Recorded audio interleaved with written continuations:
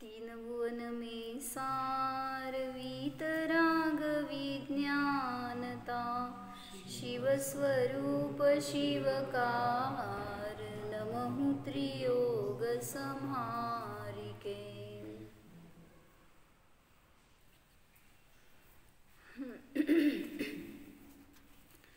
मंगतरायजी कृत 12 भावनामध्ये मी फोटो घातले, त्याच्यामध्ये आहे निर्जरा भावना बघायची आहे. काय म्हणलं? ऋत्विक निर्जरा म्हणजे काय? निर्जरा म्हणजे काय विचारलं तर कशाची करायचं? निर्जरा म्हणजे घालून टाकायचं. कर्म थोडे थोडे निघून जाणे ह्याला म्हणायचं निर्जरा, आणि पूर्ण निघून जाणे त्याला म्हणलं मोक्ष. तर निर्जरा कशी होते, कुठल्या परिणामांनी होते, कधी होते, कोणाला होते? अजून कोणाला होते? म्हणजे आता इथे त्यांनी दिलंय हे कार्तिकेय परीक्षामध्ये बघणार आहे आपण. त्यात त्यांनी सांगितलं की कुठल्या कंडिशन्समध्ये निर्जरा होते, अधिक निर्जरा कधी होते. म्हणजे तुम्हाला पण तसे कंडिशन्स आले तर तुम्ही आसरव बंद करताय, पण मुनी तिथे निर्जरा करतायत. मग कुठल्या परिणामांमध्ये ते उपसर्ग असताना किंवा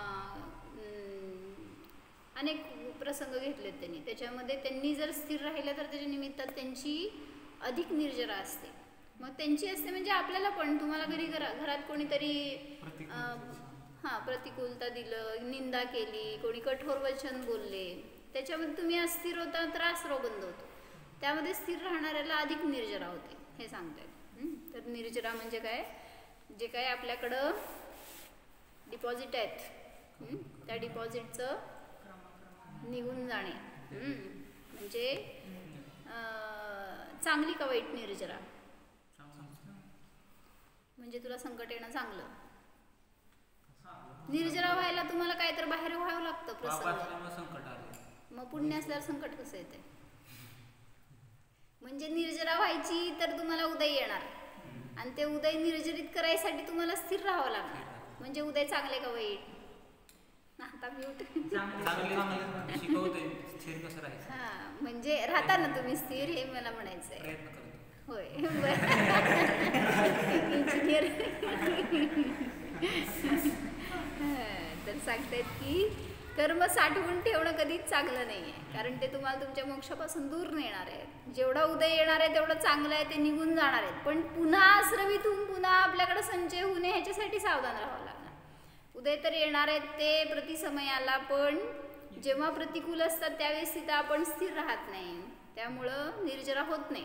म्हणजे ते पूर्वीचे निघून जात आहेत, पण पुन्हा आलेले आहेत ते राहिलेच ना जवळ, त्यामुळे त्याला निर्जरा म्हणताच येत नाही.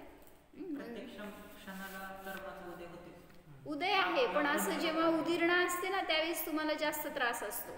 जसं की आता शेवटच्या समयामध्ये मानना किती उदीर्णा असते, उदीर्णा म्हणायचं त्याला.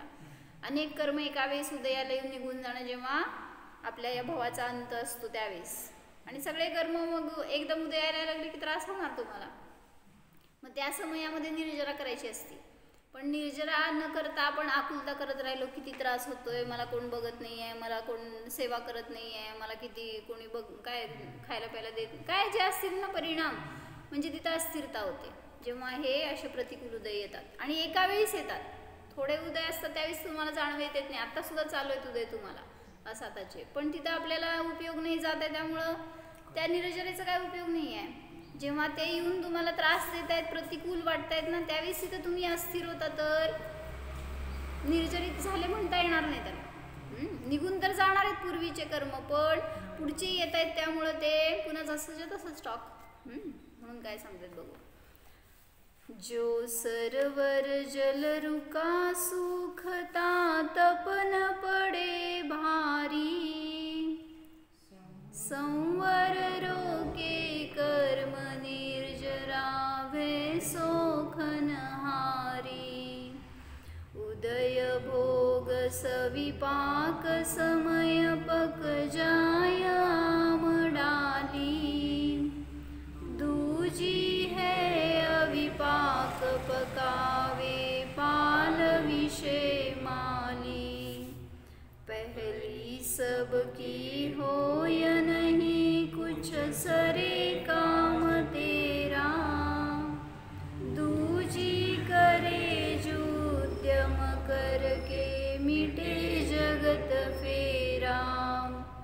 संवर सहित करो तप प्राणी, मिले मुक्ति राणी।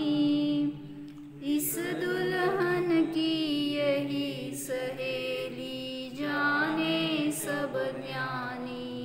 घेतलं होतं का आपण हे? नाही ना? करा अर्थ। जो सरवर जल रुका सुखता, तपन पडे भारी।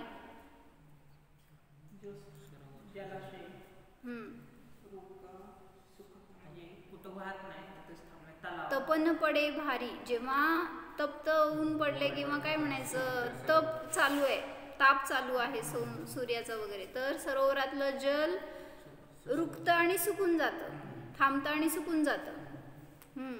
पुढं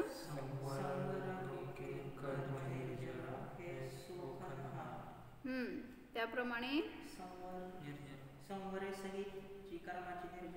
संवर हे कर्माला रोखणारा आहे आणि कर्मांची निर्जरा होती म्हणजेच सोखनहारी, म्हणजे कर्म निर्जरा म्हणजे त्या कर्मांना सुकून टाकणं, नष्ट करणं।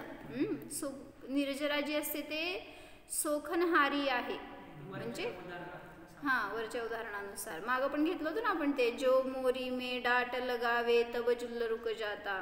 म्हणजे संवरच्या वेळी सांगितलं होतं की जसं मोरीतून पाणी यायला लागलेलं तुम्ही काहीतरी आडवं लावलं तर ते रुकतं, तसं इथं सांगतायत की त्या सरोवरामध्ये थांबलेलं जल आहे ते तप्त ऊन पडलं की ते सुकून जातं। तसं संवराने कर्म यायचे तर थांबले, पण निर्जरा व्हायला पाहिजे ना, नुसतं संवर होऊन कसं कर्मांचा नाश होणार, म्हणून सांगतात की त्या निर्जरेच्या द्वारे ते कर्म सुकून जातात, म्हणजे निघून जातात। पुढं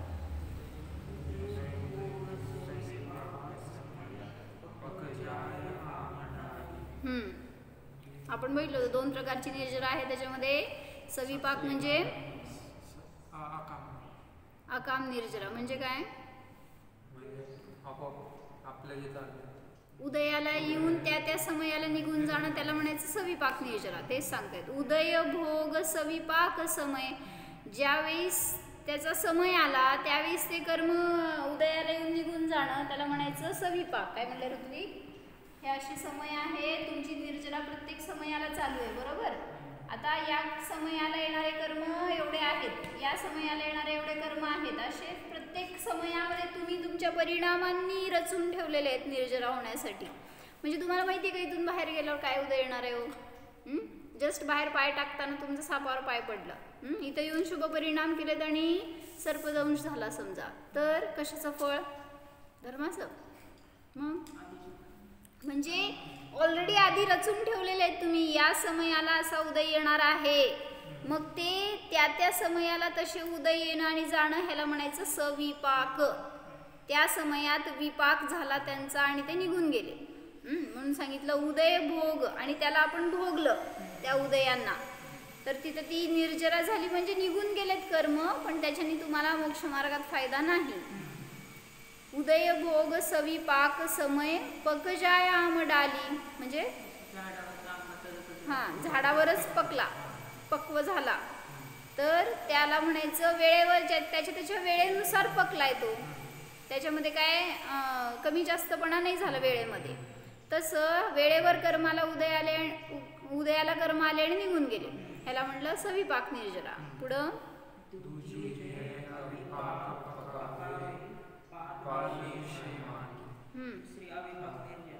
त्याचं दुसरं नाव सकाम। सविपाक निर्जरा म्हणजे अकाम, जी कामाची नाही मोक्षमार्गात, आणि अविपाक म्हणजे सकाम म्हणजे जी काम करते, तुम्हाला मोक्षाला नेते अशी निर्जरा। पुढं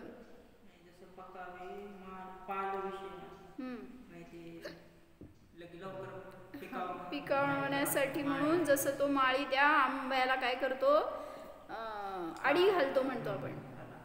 पाल विषय काय ते, पाल म्हणजे काय, पाल्यात वगैरे ठेवणं किंवा असं काय ते पकवण्यासाठी जे काय प्रोसेसिंग करते ते, तर त्याला म्हटलं अविपाक निर्जरा। त्याच्याद्वारे आंब्याला पकवणं म्हणजे काय आहे ऋत्विक, म्हणजे काय आहे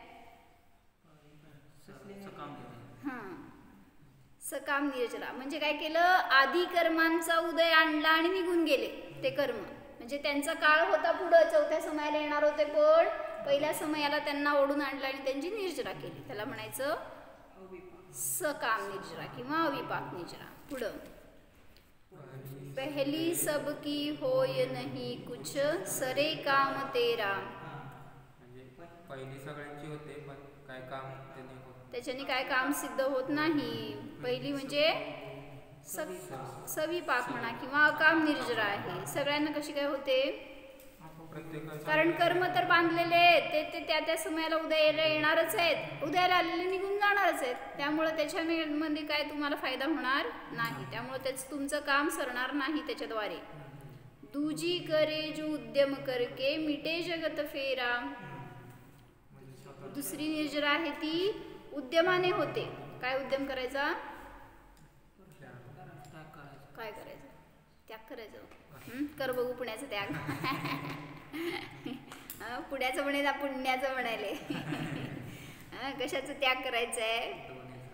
हा, तर उद्यम करके म्हणजे काय तपस्या केली आहे, व्रत संयम नियम केलेत, अनुभूती घेतली आहे, हे सगळे उद्यम आहेत. सगळ्या प्रकारच्या अंतरंग बहिरंग उद्यमाच्या द्वारे ज्ञानपूर्वक जे काय तुमची निर्जरा होणार त्याच्याद्वारे मिटे जगत फेरा, त्याच्याद्वारेच तुमच्या भवभ्रमणाचा नाश होणार, ते मिटणार. दुजी करे जो उद्यम करके,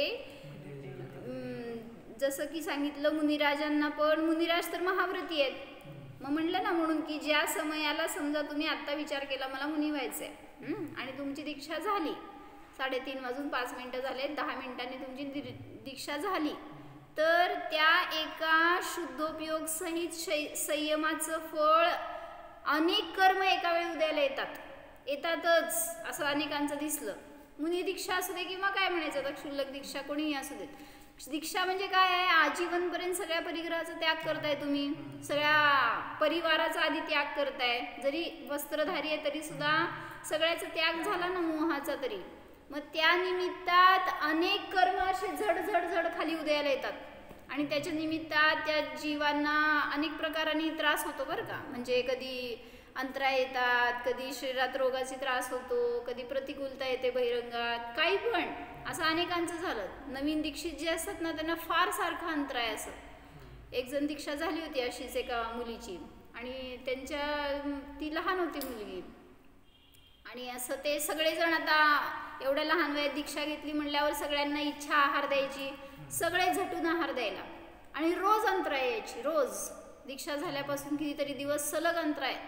का झालं असं, बघून दिलं नाही सगळ्यांनी म्हणून. सगळं काय म्हणायचं ते निमित्त पण भेटतात तसेच त्याच्या निमित्तामध्ये असं काय घडून येतं.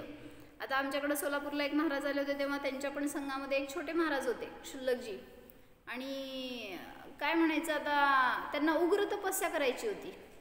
छोटे बरं का क्षुल्लकजींना, मोठे दिगंबर होते ते तर त्यांची चर्या व्यवस्थित ते करत होते साधना, पण त्या छोट्यांना जास्त लवकर निर्जरा करायची असेल बहुतेक, तर ते काहीतरी सगळ्या रसाचा त्यागच करणार किंवा 4-5च आयटम जे दाखवलं तेवढंच खाणार असं नियम करून यायचे. ते समोरच्याला कसं माहिती व्हायचं, श्रावकाला किती पंचायत त्यांची, ते दाखवतं त्यांच्याकडे असं पद्धत, ते दाखवतात ताटामध्ये घालून काय काय बनवलेलं आहे त्या छोट्या छोट्या वाट्यांमध्ये.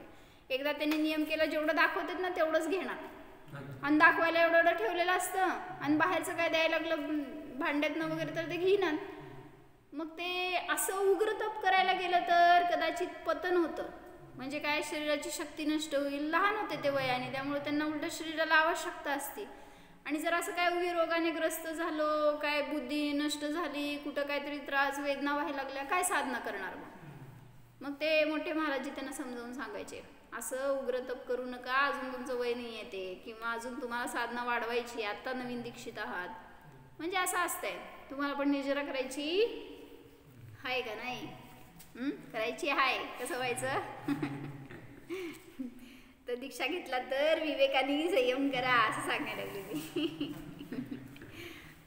तर दुजी करे जो उद्यम करके, तर उद्यमाने विधी वगैरे धरतात ना, ते कर धरतात, तर ते कर धरायचं असतं ॲक्च्युली दिगंबर मुनींना, हे पण कर धरायचे छोटे मुनी. म्हणजे आता ते क्षुल्लक असताना असं काय कर विधी वगैरे त्यांना नसतं नियम, पण ते मोठ्या महाराजांबरोबर निघणार आणि विधी धरणार आणि ते महाराज एकीकडे पडणार, हे 4 घरं फिरणार म्हणजे असं काहीतरी विवेकाने करायला पाहिजे जे करणार ते, म्हणजे ज्ञानपूर्वक उद्यम करणार तर ते नियमाने तुम्हाला मोक्ष मार्गामध्ये सहाय्यकारी असणार. पुढं संवर सहित करो तप प्राणी मिले मुक्ती राणी. संवर सहित तप केल्याने मुक्ती होईल. प्राणी मिळते, मुक्ती बर का, म्हणजे मोक्ष मिळतो, पोरगी नाही. संवर सहित करो तप प्राणी. हे जीवांनो, संवर सहित म्हणजे संवर म्हणजे शुद्धोपयोगाने संवर होतो. संवर सहित तुम्ही तप करा तर मुक्तीची प्राप्ती होणार, अन्यथा आसरव बंधपूर्वक करणार तर त्या निर्जरेचा काय उपयोग होणार नाही. इस दुल्हन की यही सहेली जाने सब ज्ञानी. दुल्हन कोण, सहेली कोण, कुठं दुल्हन कोण, सहेली कोण ते सांग. दुल्हन मुक्ती. हा, आणि सहेली संवर निर्जरा. आता सहेली निर्जरा स्त्रीलिंगी आहे ना, संवर पण पुल्लिंगी आहे, तप पण पुल्लिंगी आहे, निर्जरा. आता इस दुल्हन की म्हणजे मुक्तिरूपी जी दुल्हन आहे तिची सहेली, सगळे पाहिजे ते शब्द आहेत, त्याची सहेली कोण आहे, तर ही निर्जरा आहे असं सगळ्या ज्ञानींना माहिती आहे. म्हणजे ज्याला कोणाला मुक्त व्हायचंय तो या रूपाने प्रयत्न करणार, अन्यथा जर फक्त क्रियारूपाने तप केलं तर ते तप तुमच्या निर्जरेचं कारण ठरणार नाही. म्हणजे आजपर्यंत केलं आपण, अज्ञानामध्ये सगळं केलंय की काय नाही केलं, मुनी पण झालो किंवा काय म्हणायचं सगळे प्रकारचे. आता बघतो आपण अनेक जण उग्र असे ते मोठे तप आहेत, जसं सिंह निष्क्रीडित तप म्हणतात, 80 दिवसाचे उपवासांचं व्रत आहे ते, वाढवत कमी होत, परत कवलचंद्रायण, ज्येष्ठ जिनवर व्रत, असे अनेक व्रत आहेत जे की सगळे केले असणार, पण त्याच्यानी निर्जरा किती झाली, कारण ज्ञानच नव्हतं आजपर्यंत. मग जे काही केलं ते फक्त क्रियारूपाने केलं. म्हणून आता पहिल्यांदा ज्ञान करून घ्या आणि त्याच्यापूर्वक एखादा जरी संयम घेतला, नियम घेतला तरी सुद्धा त्याचं फळ मुक्ती आहे. कालांतराने का होईना तुम्ही मुक्त होणार. म्हणून इथं काय घेतलंय कार्तिकी अनुप्रेक्षामध्ये,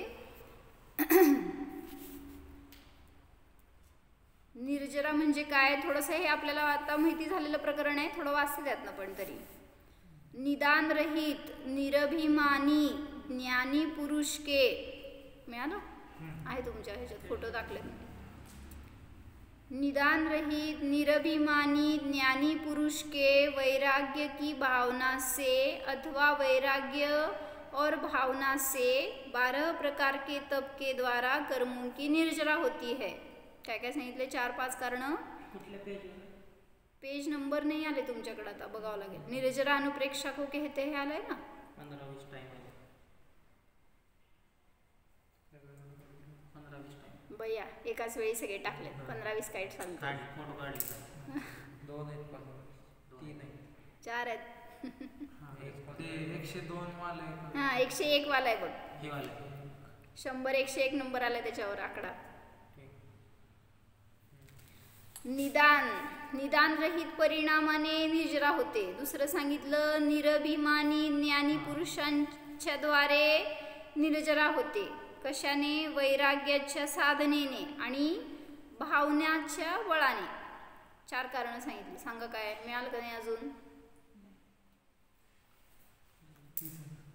पहिली ओळ नाही आहे, जे काय मी दिले ना तुम्हाला, एक 4थी 5वी ओळ आहे.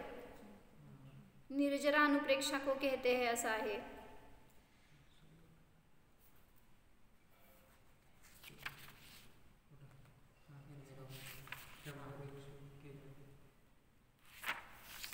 किती 4 पान आहेत तुम्हाला, 4 मध्ये मिळणं म्हणल्यावर, शास्त्र दिल्यावर कसं मिळायचं तुम्हाला. 109 वाले त्याच्यावर 100 101. दुसरी लाईन वाचा, दुसरी लाईन. निदान रहित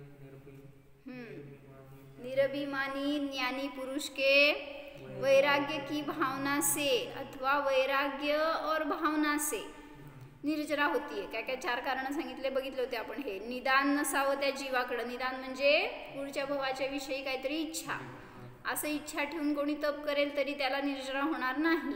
निरभिमानी म्हणजे तप करणार आणि त्याच्याविषयी मान कशाय करणार, मी किती उग्र तप करतोय, किती माझं सहन चांगलं आहे, माझ्याकडनं एवढं चांगलं तप होतंय, अभिमान असेल तरी ते तप काय कामाचं नाही. तिसरं वैराग्यपूर्वक असावं. काय म्हणले प्रज्वल? तप कर कसं? वैराग्यपूर्वक, रागाने नाही किंवा द्वेषाने पण नाही. कोण करू देत नाही म्हणजे मी करायची बरं का, द्वेषाने करायचं. म्हणजे आम्हाला उपास करू नको, तू काय हे खाऊ नको, ते करू नको असं म्हटलं की आपल्याला मुद्दाम करा वाटायचं. म्हणजे रागपूर्वक तप केलं तरी ते काय कामाचं नाही.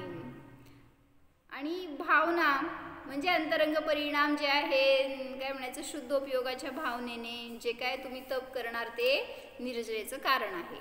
वाचा पुढं जोरात. आत्मा से कर्मों के एक देश से झड़ने को निर्जरा कहते हैं. बरोबर है की? आत्मा से कर्मों के एक देश से झड़ने को निर्जरा कहते हैं. सामान्य निर्जरा तो प्रत्येक जीव के प्रति समय होती. उचलून धर भैया हातात, ते तुझा आवाज खाली चाललाय. सामान्य निर्जरा तो प्रत्येक जीव के प्रति समय होती ही रहती है, क्योंकि जिन कर्मों का फल भोग लिया जाता है वे आत्मा से पृथक हो जाते हैं. आता या समयाला उदय आला त्या कर्मांचा, या आत्म्याने भोगलं, काय झालं? ते कर्म राहिले का गेले? नष्ट झाले. म्हणून तुम्हाला पुण्याचा उदय आला तर तो पण परत परत येत नसतो. आता आला म्हणून परत तसंच पुण्य भोगायला मिळावं नाही मिळणार. पापाचा उदय आला तरी सुद्धा तो नष्ट झाला ना त्या समयात आलेला. तसे कर्म असतील कदाचित त्या क्वालिटीचे, पण तसाच उदय पुन्हा नसतो. म्हणून एकदा खाल्लेली डिश परत खायला मिळत नसते, वेगळीच असते ती. तुम्हाला वाटते तशीच मिळावी किंवा तसेच भोग असावेत, पण ते मिळाले तरी ते तसेच नसतात. तुम्हाला ते लक्षात येत नसते खाताना. ते त्याचा फायदा असते आईला. परत तुम्ही म्हणणार की दुसरी कर म्हणून. किंतु विशेष निर्जरा तप के द्वारा होती है. वह तप 12 प्रकार का है. हां, थांबा, वाचू नका आता, मला सांगा बघू तप म्हणजे काय? तप कशाला म्हणायचं? कुठले कुठले नका सांगू. तप म्हणजे काय? तप म्हणजे लिहा. तपाची व्याख्या सांगितली, इच्छेचा निरोध, त्याला म्हणायचं तप. कुठल्या पण इच्छेचा निरोध जेव्हा जिथं करतो ना तिथं तप होतं. मग तुम्ही सांसारिक भोगाची म्हणा किंवा मग धर्म कार्यामध्ये आल्यावर तुम्ही इथल्या ठिकाणी जे काही इच्छा उत्पन्न होतात त्यांचा निरोध करणं, त्याच्यासाठी संयम करावा लागतोय ना आपल्या इंद्रियांवर, आपल्या परिणामांवर, मनावर. मग तेच करणं म्हणजेच तप आहे. तप म्हणजे बाहेर नंतर सांगितलं गेलं ते उपवास आदी वगैरे करणार तुम्ही, पण पहिल्यांदा परिणामांना रोखलं ना. मला आज बाहेर जायचं होतं आणि इथं येऊन बसलोय, काय केलं? कुठं जायचं होतं दुपारी आज? कुठं नाही, हॉस्पिटल. म्हणजे कुठंतरी समजा भोगासाठी जायचं होतं आपल्याला, कुठे फिरायला म्हणा, काय मजा करायला, आणि इथं येऊन बसलोय. पण मनपूर्वक बसला असाल ना तर निर्जरा चांगली आहे, नाही तर पकडून ठेवलंय कधी सोडते. म्हणजे असं त्याच्या निमित्त त्या इच्छेचा निरोध केला आणि धर्मकार्य घडलं त्याच्या निमित्त, तर तप झालं ते, आणि तपाने निर्जरा होते. मग हे तप किती प्रकारचं असतं? कुठले 12? सांग की ते कुठले तू. अंतरंग बहुतेक लिहिलं होतं आपण हे मागं, असं त्याच वहीमध्ये बघा. कुठं बघताय तुम्ही, नाहीतरी वया. अंतरंग आणि बहिरंग ह्याचा का परिचय करून घ्यायचा?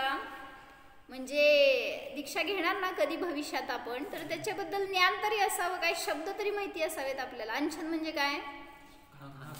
उपवास. औमोदर्य म्हणजे काय? माहित नाही ना, तेच की. ते शब्द तरी आपल्याला कळावेत, नाही तर उद्या मुनी झाल्यावर तुम्हाला विचारणार लोक. तर लिहिले ना, परिग्रह नाही रे भैया, आहे का? तप आहे, लिहा, जाऊ देत. अंतरंग तप कुठले?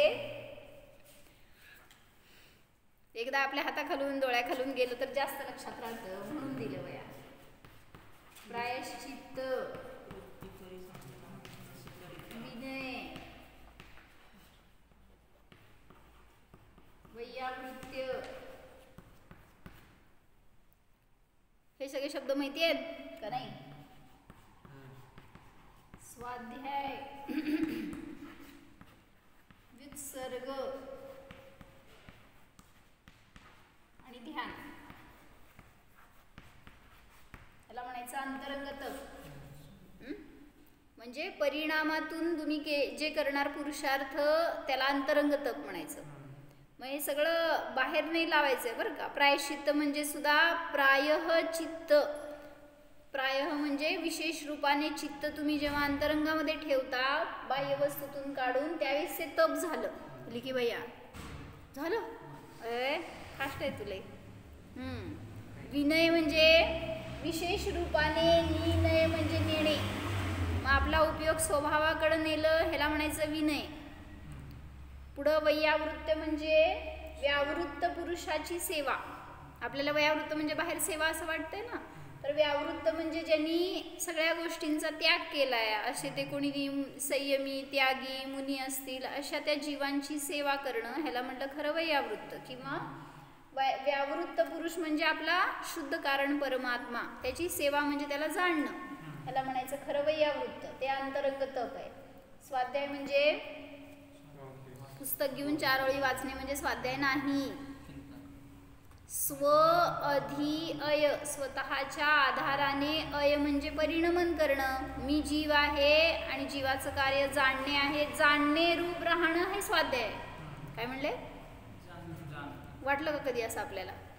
जाणणे रूप राहणं ह्याला पण स्वाध्याय म्हणायचं, ह्यालाच ध्यान म्हणायचं. स्वाध्याय केला का आज? काय चालू आहे? म्हणजे जाणतोय, बाहेरचं सगळं जाणतोय, पण कुठं जाणतोय की मी जाणतोय? काय कळलं? म्हणजे सगळ्याला जाणतोय पण जाणणाऱ्यालाच जाणत नाहीये, त्यामुळं कळत नाही मी जाणतोय. म्हणून आता जाणा. कोणाला जाणा? मी जाणतोय. मग तो जाणणारा मी आहे, याला जाणणं हेच स्वाध्याय आहे. लिहा एका शब्दात तर लिहा, एवढं मोठं सांगितलं मी. स्वतःच्या आधाराने परिणमन करणे किंवा फक्त जाणणे याला स्वाध्याय म्हणतात. जाणणाऱ्याला कोण जाणणार? कोण जाणणार?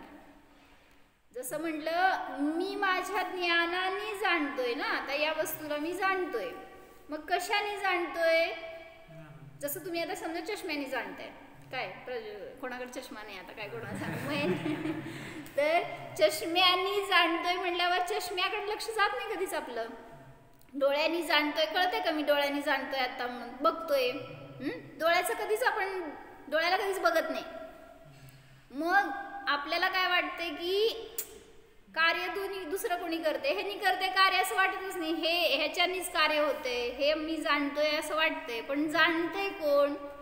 आता हे काय जे आपण वाचलं वाक्य ते समजलं कोणाला? हे पुस्तकाला तर नाही समजलं. मग ज्याला समजलं तो कोणतरी चेतन आहे, तो कोणीतरी जीव आहे, मग तो मी आहे. आणि तो ते ज्ञान आहे जे की जाणतंय. मग त्या ज्ञानाला बघायचंय आपल्याला, ज्ञानवानाला बघायचंय, तोच मी आहे. ते पण ज्ञानानेच बघावं लागतं. ज्ञानानेच ज्ञानाला बघायचं. कसं बघायचं? म्हणजे जसं आता तुला कसं जाणतो सांग बघू. तू संयम आहे, मी कसं जाणायचं?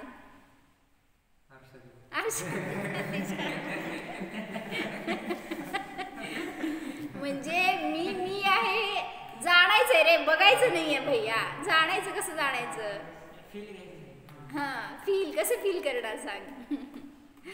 मग ते कसं करणार ना, तसंच सांगायचंय. संयम हे शरीर आहे, शरीरामध्ये असणारा आत्मा भिन्न आहे ना, त्याला जाणायचंय. मग मी आत्मा आहे म्हणजे दृष्टी बदलायची. शेवटी आहे ते सगळं दिसतंय. मग परवा सांगितलं जयश्रीमाननी काय म्हटले, वीरसागर महाराजजी प्रॅक्टिकली दाखवत होते त्यांनी करून. स्वतः तर जाणायचे ते, पण सगळ्यांना समजण्यासाठी म्हणून प्रॅक्टिकल दाखवायचे. काय सांगितलं होतं मागे एकदा सांगितलं होतं मी. काय केलं प्रयोग महाराजांनी? सांग. वाटेत पाणी घेतलं, मग दुसऱ्या म्हणजे त्यांना विचारलं काय दिसतंय. सांग काय दिसतंय? समोर तुमच्या वाटी ठेवली आहे, पाणी ठेवलंय, काय दिसतंय सांग? तुला वाटी दिसली, तुला पाणी दिसलं. आता तू सांग त्यात प्रतिबिंब पडलेलं दिसलंय. म्हणजे व्ह्यू आहे ना शेवटी तो एक तुम्हाला बघायचंय. जसं म्हणूनच म्हणलं हे शरीर बघताय तुम्ही, शरीराला बघायचं नाहीये, ते त्याच दृष्टीने आत्म्यालाच बघायचंय. म्हणजे ज्ञानानेच जाणताय, हे शरीराला मी जाणताय. फक्त विषय बदला. त्यामध्ये असणारी स्वच्छता आहे ना पाण्याची, त्याच्यामुळं प्रतिबिंब दिसतंय. मग तसंच ज्ञान सुद्धा स्वच्छ आहे. मग त्या स्वच्छ ज्ञानामध्ये आपल्याला दिसणार प्रतिबिंब, ते म्हणून हे जाणलं जातंय बाहेरचं सगळं ज्ञेय. पण या ज्ञेयाला बघू नका, आत्म्याला बघा, तो ज्ञेय ठेवा, तर तिथं आत्मा जाणीवेत येणार. म्हणून जाणणार आहे हे नुसतं सांगत नव्हते महाराज, स्वतः करायचे अनुभव आणि तसं इतरांना समजण्यासारखे सगळे उदाहरण सांगायचे. जसं त्यांनी सांगितलं म्हणे एकांना की शाळेत गेले होते कुठल्या तरी महाराज आणि तिथं प्रवचन होतं, तर मुली सगळे बसले असतील आणि छोट्या मुली, तर त्यांना सांगत असताना त्यांच्या भाषेत समजायचं सांगायला पाहिजे. मग त्यांनी सांगितलं आत्म्याला मरण नसतं, आत्म्याला जन्म नसतो. मग नाही समजलं. म्हटले एका पिशवीत पेरू आहेत, मग ते सगळे पेरू मी दुसऱ्या पिशवीत घातले, काय झालं? किती पेरू कमी झाले?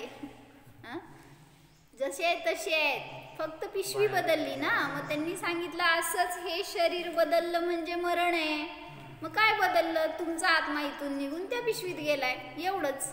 मग त्यात रडायसारखं काय? आपलं गेलं म्हणून काय? म्हणजे मरण आत्म्याला नसतं, हे शरीर निघून जाणार त्याला मरण असतं. असं इतके सोपे सोपे उदाहरण महाराजांचे, ज्याच्यातून भावभासना व्हावी आपल्याला. पुढं स्वाध्याय म्हणजे काय सांगितले? जाणणे. म्हणजे मी जाणतोय हे स्वाध्याय कधी वाटत नाही आपल्याला. स्वाध्याय म्हणजे असं घेऊन बसून टिपिकली स्वाध्याय वाचणं, याला स्वाध्याय म्हणतो, प्रवचन ऐकणं वगैरे. पण जाणणे हा स्वाध्याय हे वाटत नाही. ऍक्च्युली या सगळ्या क्रियांमध्ये जाणणेच सांगायचंय त्यांना. विनय म्हणजे सुद्धा निनय आत्म्याकडे नेणं, उपयोग म्हणजे जाणणंच. प्रायश्चित्त म्हणजे चित्ताला आपल्या प्राय मुख्यतेने स्वभावामध्ये ठेवणं म्हणजे सुद्धा जाणणंच. वैयावृत्त म्हणजे व्यावृत्त सेवाला व्यावृत्त पुरुषाची सेवा करणं म्हणजे जाणणं. स्वाध्याय सांगितलं. वित्सर्ग म्हणजे काय? शरीरापासून मोह सोडणं, ह्याला बहिरंग व्युत्सर्ग म्हणायचं. कायोत्सर्ग म्हणता माहिती आहे? कायाचा उत्सर्ग, कायचा लक्ष सोडणं, मोह सोडणं, ह्याला कायोत्सर्ग किंवा व्युत्सर्ग म्हणतात. मग तसं अंतरंग आपल्या परिणामांना आपल्यामध्ये ठेवणं, ह्याला म्हणायचं ठेवलं असताना बाहेर शरीराकडे उपयोग जाणार नाही, त्यामुळं ते सुटलं, त्याच्याकडचा उपयोग सुटला, सोडावा लागला नाही. ते खरं व्युत्सर्ग. म्हणजे आत उपयोग नेणं ते व्युत्सर्ग आहे. बाहेरून काढणं, याला मला जाणायचं नाही आहे, याचा विचार करायचं नाही आहे, त्याचा द्वेष करायचं नाही आहे, सगळं नाही सोडू शकत तुम्ही. विषय दुसरा घ्या तर सुटतं. जसं लहान मुलाच्या हातात चाकू गेलाय, कसं काढून घ्यायचं? सोड सोड. कसं सोडणार? त्याचं बी हात जाईल, तुमचं बी हात जाईल. काय करायचं? दुसरा विषय द्या, ते सुटतं. तसंच आहे आपलं ज्ञानाचं पण. ज्ञानाने याला धरून ठेवलंय, हे मी आहे मी आहे मी आहे. विषय बदला तर सुटणार आहे सहज आहे. यालाच म्हणायचं काय? उत्सर्ग, वित्सर्ग. आणि ध्यान. ध्यान म्हणजे ज्ञान, ध्यान म्हणजे जाणणे. ध्यान म्हणजे क्रिया नाही आहे, हातावर हात ठेवून बसणे, डोळे बंद करणे, हे ध्यान नाही आहे. ध्यान म्हणजे जिथं ज्ञानामध्ये स्थिर राहणं, ज्ञान रूपाने राहणं, त्याला म्हणायचं ध्यान. हे झाले अंतरंगत. बहिरंगत सांगा. अनशन म्हणजे काय? अशन म्हणजे अशन म्हणजे खाणे, अनशन म्हणजे न खाणे, म्हणजे उपवास. दुसरं अवमोदर्य म्हणजे काय? ते वयांमध्ये चांगलं लिहा, उद्या दुसरे कोणतर हातात घेतलं तर वाचता यावं आणि समजावं. उद्या तुमचेच वया तुम्हाला बदलून देणार आहे. अवमोदर्य म्हणजे भुकेपेक्षा कमी खाणं. म्हणजे किती खातो भैया? म्हणजे आपण तू किती खातो असं नाही विचारत. जेवायला बसल्यावर पोट भरून नाही, भाऊच पर्यंत खातो. तर तिथं ते मुनिराज जर जेवणार तर का नाही कमी, का नाही पूर्ण पोटभर जेवायचं? म्हणजे जेवल्यावर त्यांना साधना करायची आहे, सामायिक करायचं आहे, जाऊन तिथं झोपायचं नाही आहे, आपल्याला झोपायला मिळतं तसं. त्यामुळं त्यांना ते एक शरीराचं वंगण म्हणून चालवण्यासाठी खात आहेत, पण त्याच्या प्रति मोहाने नाही. लिहा. भुकेपेक्षा कमी खाणे म्हणजे अवमोदर्य. तिसरं वृत्ती परिसंख्यान. काय असतं, अवघड शब्द आहेत ना, म्हणूनच शब्द तर या म्हणाले तुम्हाला. उद्यात कसं पालन करणार आहे कोणाला माहित. करणार, छान करणार. वृत्ती म्हणजे आता ते काय करतायत, आहारचर्येला वगैरे निघतायत मुनिराज. तर परिसंख्यान करणं म्हणजे मर्यादा करणं. मग जेव्हा आहाराला जातात त्यावेळेस तिथं ते कदाचित अशी मर्यादा करतात की मी या 4 घरापर्यंतच जाणार, या 4 गल्लीपर्यंत जाणार, एक 4 किलोमीटरपर्यंत जाणार, अशी ते स्वतःला मर्यादा करतात आणि मग तिथं जाऊन फिरणार. त्याच्यापेक्षा बाहेरच्या क्षेत्रात फिरणार नाहीत. त्याला म्हणायचं वृत्ती परिसंख्यान. किंवा कर धरून निघतात, मला असं काही दिसलं तरच मी आहार घेणार. एक्झाम्पल सांग. शिंगाला गुळ नसतं, नुसतं गुळ म्हटलं होतं त्याने. शिंगाला गुळ कसं धरतील बरं.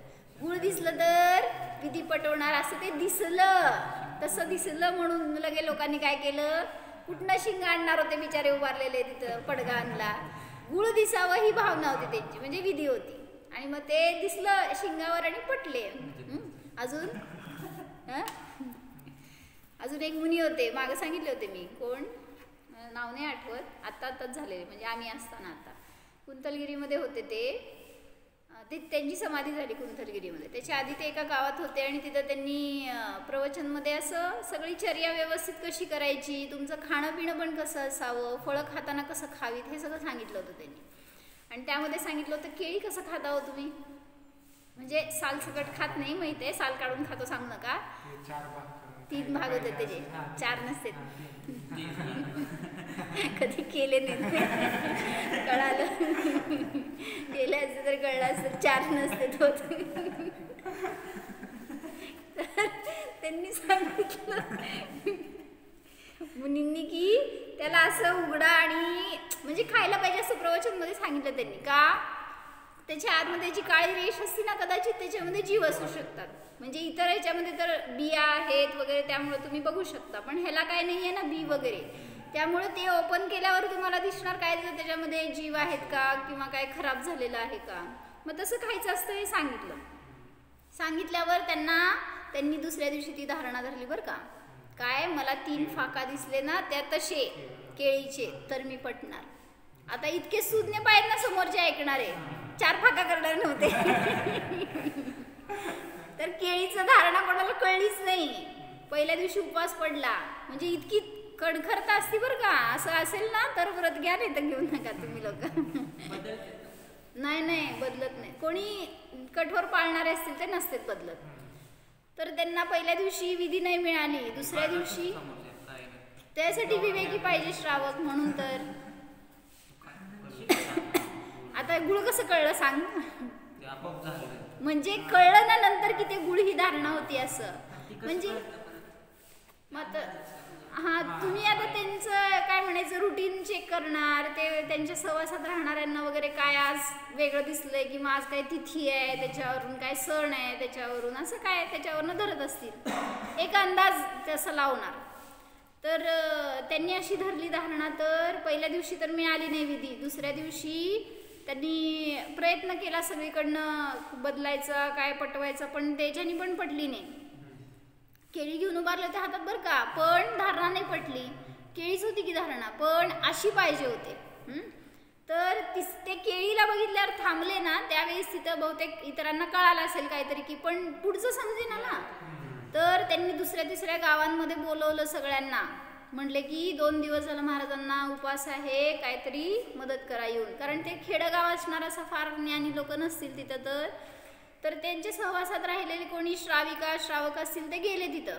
आणि त्यांनी असा मागमोस केला सगळा, काल काय घेतलं होतं, काय खाल्लं होतं, काय प्रवचन घेतलं होतं, त्याच्यावरनं मागमोस काढला. आणि मग दुसऱ्या दिवशी ते घेऊन उभारले तसे आणि धारणा पटली. म्हणजे असं पण विधी घेतात लोक, मुनी. म्हणजे कशासाठी इतकं अवघड का करायचं. कारण शरीराचा मोह सुटायचा आहे ना. खाणारा मी नाहीये, खावं लागतंय. मग त्याच्यातून पण अशा प्रकाराने तप, ह्याला पण तप म्हणलं म्हणून. असं मिळालं तरच जेवणार, नाही तर मी जेवणारा नाहीये, खाणारा नाहीये, हे जाणतायत. म्हणून अशा प्रकाराने वृत्तीचं परिसंख्यान म्हणजे मर्यादा, लिहा शब्द तो. तर वृत्ती वृत्ती म्हणजे चर्येसाठी जेव्हा ते प्रवृत्ती करतात त्यामध्ये केलेलं मर्यादा नियम त्याला म्हणायचं वृत्ती परिसंख्यान तप. पुढं रसपरित्याग म्हणजे काय? आंब्याचा रस सोडणे नाही. हा 6 रस आहेत. गोड तिखट आंबट नव्हे. 6 दिवशी 6 गोष्टी 7 दिवशी 7 गोष्टी आहेत ज्यांच्या की त्याग केला जातो. षड्रस म्हणतो ना आपण.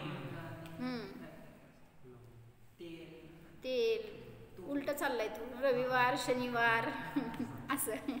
रविवारी लोण असतं, सोमवारी हरी असतं, भाजी हरी खाणार नाही. मंगळवारी साखर, बुधवारी तूप, गुरुवारी दूध, शुक्रवारी दही आणि शनिवारी तेल. रविवारी परत लोण नसतं खाणार असं ते नियम असतो. त्या षड्रसांचं त्या दिवशी पालन करतात. हे आज मी खाणार नाही. ते पण एक संयमाची साधना आहे. ते सगळे करू शकतात. मुनींनीच करायला पाहिजे असं नाही. मग ते मुनी कधी 1 रस सोडतील, कधी 2 रस सोडतील, कधी 6 रस सोडतील. वीरसागर महाराजांचा कुठल्या रसाचा त्याग होता? म्हणजे लोणचा आजीवन त्याग होता. असं अनेक मुनिराज करतात. लोणचा त्याग कशासाठी? आपल्याला बिना लोणचं जेवण जाणार नाही, पण लोणमुळं आसक्ती असते जेवणामध्ये, खाण्यामध्ये रस लागतो ना. तो विदाऊट लोण खाऊन बघू नाही. उपास करणार पण असं करतात बरं का. षड्रस त्याग असणारे रविवारी उपासच करतात कारण जेवण जात नाही. म्हणजे असं रसपरित्याग म्हणजे कोणाला काही रसांचा, कोणाला सगळ्या रसांचा पण त्याग करतील आणि तसा आहार ग्रहण करतील. ते पण एक प्रकाराने तप आहे. खाण्याची आसक्ती कमी होण्यासाठी वेगळ्या वेगळ्या प्रकाराने ते तप करतात. कुठल्या दिवशी कुठलं तप, कुठल्या दिवशी कुठला रस? हरी. नाही फिक्स आहे. तुम्ही ठरवाल काल पाहिजे काय पण ठरवाल.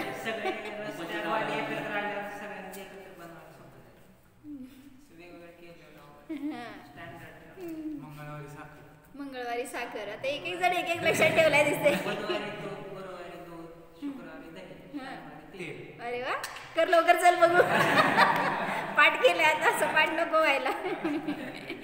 करा भावना. आपल्याला पण असं पालन करायचं आहे. आपल्याला शरीराची आसक्ती नको व्हायला. असं सगळं आपण आपल्यावर संस्कार करून घ्यायचे. तसं केल्यावर शरीर कृष्ण नाही ना, उलट म्हणून तर म्हणलं संयमी जीवाचं जास्त निरोगी असतं शरीर, जास्त बलवान असतं. आपल्याला वाटतं बघ की आपल्या तुलनेमध्ये मुनिराजांचं शरीर म्हण, हे एकासन करणाऱ्यांचं शरीर जास्त कणखर असतं सगळ्या दृष्टीने. तुमचं क्लायमेटिक चेंजेस असू दे, शरीरातला रोग असू दे. रोग एकतर होत नाहीत अशा जीवांना, कारण खाणं मर्यादित असतं, शुद्ध असतं, त्याच्या निमित्तात पण होत नाहीत. आणि जे खाणार ते सगळं सात्विक असतं, त्यामुळं त्या रोगाचे जीवाणू पण नष्ट होतात. म्हणून करून बघायचं एकदा 6 रस त्याग. म्हणजे एक जसं शक्य आहे तसं एका जेवणात तरी सोडा, असं करून बघा. म्हणजे मी करेन पहिला, मग सांगेन तुम्हाला. तर म्हणजे आजपर्यंत साखर आणि गुळ दोन्ही. मग त्या दिवशी त्याचा अल्टरनेटिव्ह म्हणून खातात लोक. काय तुमचं खारीक असतंय, गोड खजूर कोणाला चालतं ते खजूर, खारीक, ज्येष्ठ मध, मनुके वगैरे हे सगळं असं जे गोड असतं ते घेतात. म्हणजे चालतंय, तुम्हाला देतो आम्ही, काळजी करू नका. तुम्ही त्याग तर करा. फळं चालते. सगळं आहे, सगळ्यात आहे. तुम्ही काय काळजी करू नका, सांगायला तुमची चर्या एकदम चांगली करणार. तुम्ही फक्त घ्या. होणार रविवार बाकीचं करू, चालतंय. होणार, ते पण होणार आपल्याकडून. तर पुढं सांगितलं काय क्लेश. असं तू म्हणतोय ना, लो शुगर लो बीपी असणारे लोक म्हणतात आम्हाला साखरेशिवाय पण नाही चालणार. कसं करणार? म्हणजे प्रत्येकाचं एक शेवटी तुपाशिवाय कसं खाणार आम्ही? तेल त्याग असणारा तूपच खातो. बुधवारी काय खायचं मग? तेल बी नाही तूप बी नाही. तेल पण नाही तूप पण नाही रे भैया. आता एखाद्याला तेल आजीवन त्याग आहे, मुनिराजांना आता त्यागींना तेल आजीवन त्याग आहे, तर तूप त्याग असलेल्या दिवशी काय खायचं सांग? त्याला पण ऑप्शन असते. म्हणजे श्रावक असतात ना, लय विवेकी असतात. आम्ही जरा राहतोय म्हणून आम्हाला माहिती आहे बरं का. नाही रे थांब, ऐक. हे सफरचंद खाऊ घालणार. नाही नाही, ऐक की, त्याच्यामध्ये ते काय करतात, वाळलं खोबरं असतं ना, ते पहिल्यांदा टाकतात. फोडणी करायला आपण तेल टाकतो ना, तसं त्याचं तेल सुटतं आपोआप. मग ते चालतं बरं का. किंवा ते घालायचं डायरेक्ट भाज्यांमध्ये वगैरे जास्त, तर त्याचं तेल तूप सुटतं, ऑइली असतं ते त्यामुळे. किंवा बदाम असे वगैरे ऑइली फ्रुट्स असं काय खायचं त्या दिवशी. काय काळजी करताय, भरपूर आहे आमच्याकडं, तुम्ही एकदा करून तर घ्या.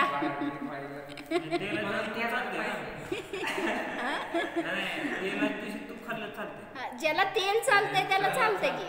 तेल न खाणारे पण असतात असं काय. आता आम्हाला तेल चालत नाही, मग ते त्यांना जर षड्रस असेल तर काय खाणार बुधवारी.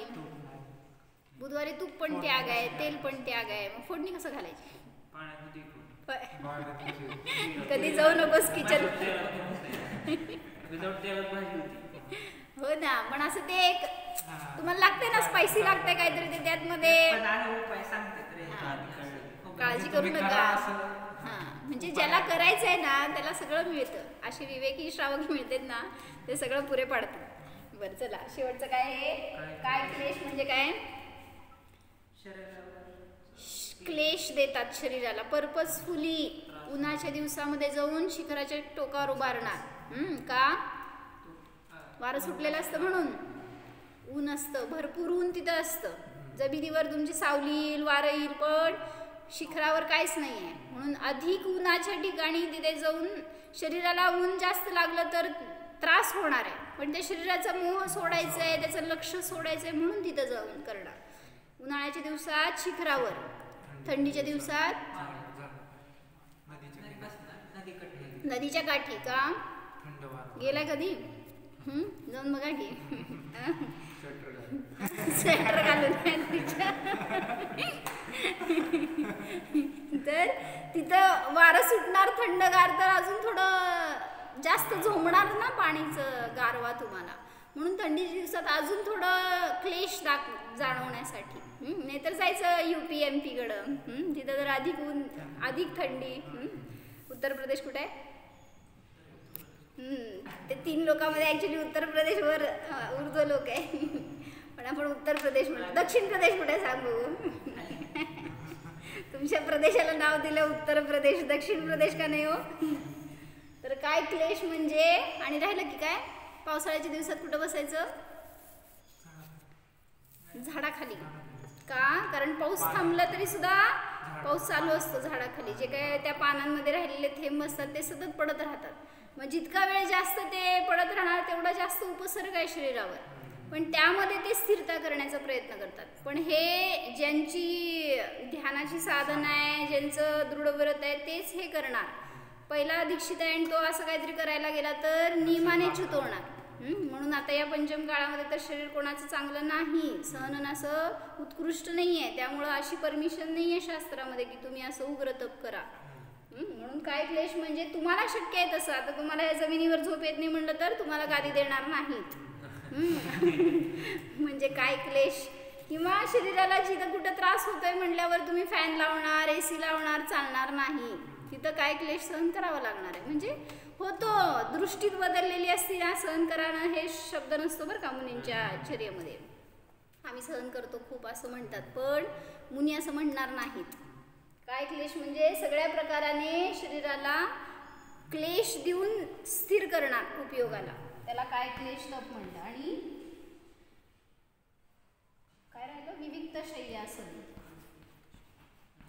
ऐकलंय कधी? विविक्त शय्या आसन असे शब्द आहेत त्यात. विविक्त म्हणजे वेगळं, शय्या म्हणजे झोपायचं बेड, आणि आसन म्हणजे बसायचं स्थान. मग ज्यांचं बसायचं, उठायचं, झोपायचं स्थान सगळं वेगळंच असतं, म्हणजे सगळ्यांपासून भिन्न. सगळ्या लोकांमध्ये उठबस करणार नाही, झोपणार नाहीत. मग पूर्वी सांगितलं ना, म्हणून जंगलमध्ये ते एकटे का राहायचे तिथं.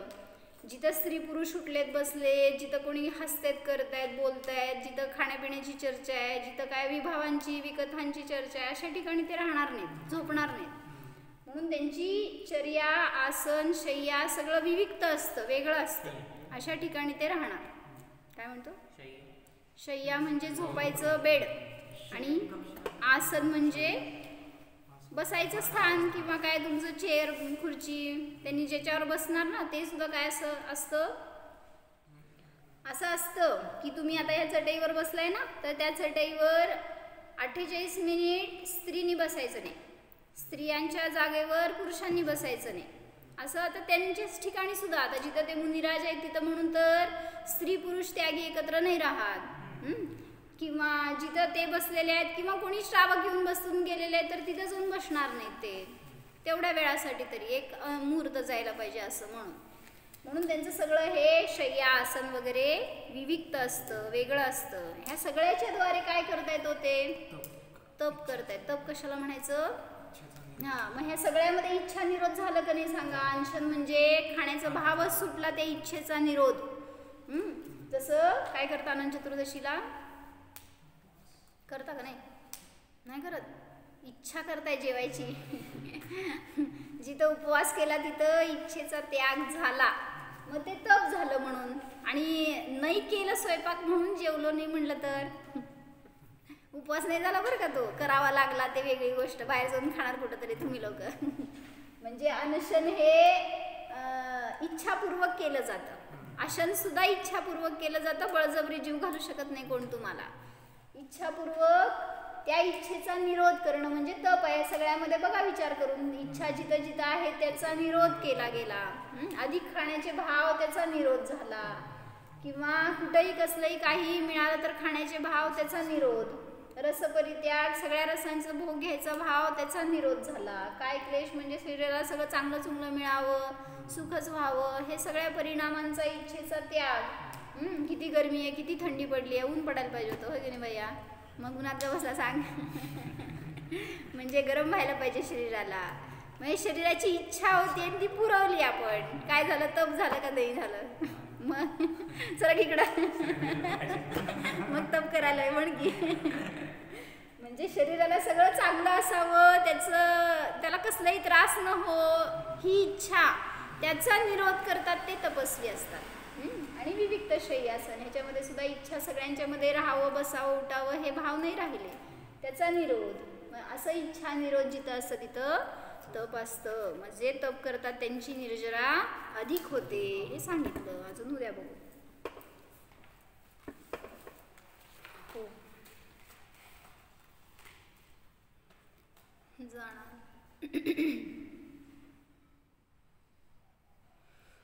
हा मी जीव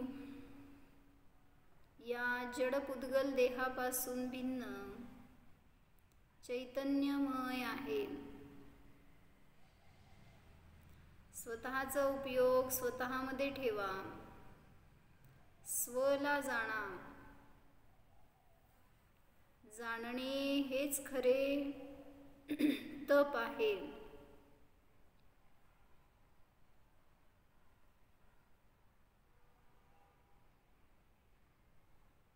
माझ्या स्वभावामध्ये कोणतेही कर्म नाहीतच. त्या कर्मांची निर्जरा करण्याचे विकल्पही माझ्यामध्ये नाहीतच. मी तर स्वभावानेच निष्कर्म आहे.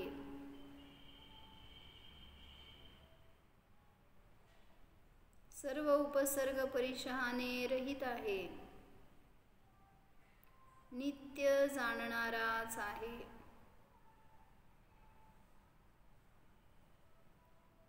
न्यायक स्वरूपोऽहम् जीवो